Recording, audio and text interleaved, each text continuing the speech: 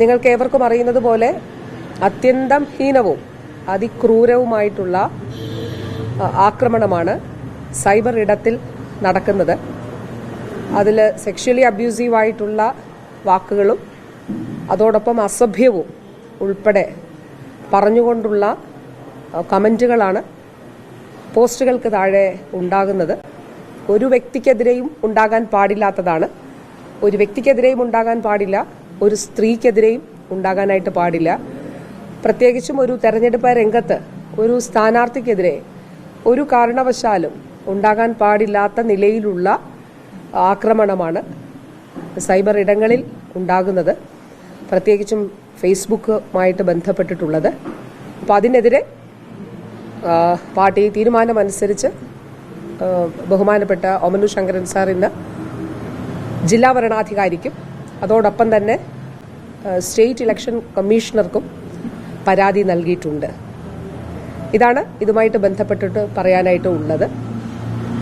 കഴിഞ്ഞ കുറച്ച് ദിവസങ്ങളായി തെരഞ്ഞെടുപ്പ് മായിട്ട് ബന്ധപ്പെട്ട് തന്നെ പോസ്റ്റുകൾക്കടിയിൽ നിരന്തരമായി വന്ന് ഇത്തരത്തിലുള്ള കമൻറ്റുകൾ പോസ്റ്റ് ചെയ്യുന്നുണ്ട്.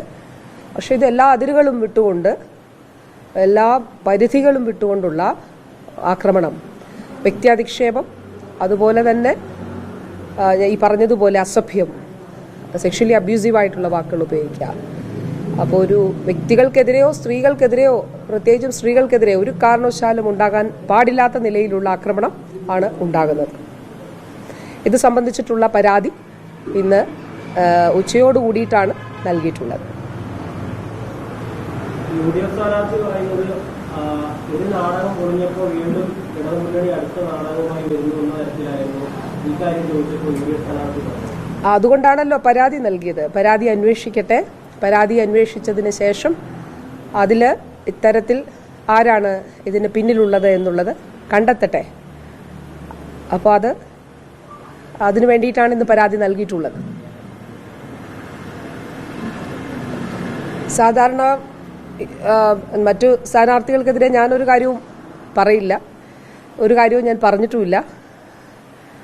പക്ഷെ ഇവിടെ അങ്ങനെയല്ല ഉണ്ടാകുന്നത് എന്നുള്ളത് കൂടി നമ്മൾ ശ്രദ്ധിക്കണം. വ്യക്തി അധിക്ഷേപവും ആക്ഷേപവും അത് തുടരുന്നു. അതിൻ്റെ ഭാഗമായിട്ട് മാത്രമേ ആ സ്റ്റേറ്റ്മെൻറ്റും കാണാനായിട്ട് സാധിക്കുകയുള്ളൂ. അല്ലെങ്കിൽ ഇങ്ങനെ ഒരു കമൻറ്റ് വരുമ്പോൾ, ഇങ്ങനെയുള്ള ഒരു ആക്രമണം വരുമ്പോൾ സാധാരണ നിലയിൽ എതിർ സ്ഥാനാർത്ഥിയാണെങ്കിലും നമ്മുടെ സമൂഹത്തിൽ ഒരു വ്യക്തിക്കെതിരെ, ഒരു സ്ത്രീക്കെതിരെ, ഒരു എതിർ സ്ഥാനാർത്ഥിക്കെതിരെ ഇത്തരത്തിലുള്ള ആക്രമണം, പ്രത്യേകിച്ചും ഒരു സ്ത്രീയെ സംബന്ധിച്ചിടത്തോളം ഇത്തരത്തിലുള്ളൊരു ആക്രമണം ഫേസ് ചെയ്യുമ്പോൾ അതിൽ ആ നിലപാടല്ല സാധാരണ നിലയിൽ എടുക്കുന്നത്. അത് നമുക്ക് കാണാനായിട്ട്, അത് എല്ലാവർക്കും അറിയാം, അങ്ങനെയല്ല സാധാരണ നിലയിൽ എടുക്കുന്ന ഒരു നിലപാട് അങ്ങനെയല്ല. പക്ഷെ ഇവിടെ വ്യത്യസ്തമായിട്ടുള്ളൊരു നിലപാട് എടുക്കുന്നു എന്നുള്ളത് പ്രത്യേകം ശ്രദ്ധിക്കേണ്ടതായിട്ട് ഉണ്ട്. അതുകൊണ്ട് തന്നെ ഇത് അന്വേഷിക്കട്ടെ.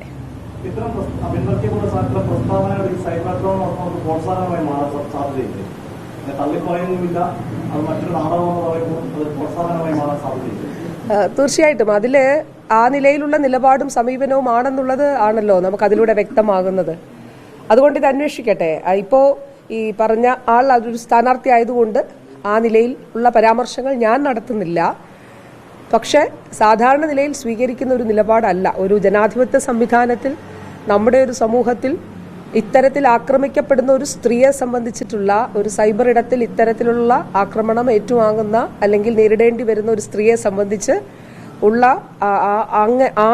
അങ്ങനെ ഒരു പ്രശ്നം ഉയർന്നു വരുമ്പോൾ അതിൽ സ്വീകരിക്കുന്ന ഒരു നിലപാടല്ല സ്വീകരിക്കുന്നത് എന്നുള്ളത് പ്രത്യേകം ശ്രദ്ധിക്കണം. അത്രേ ഉള്ളൂ.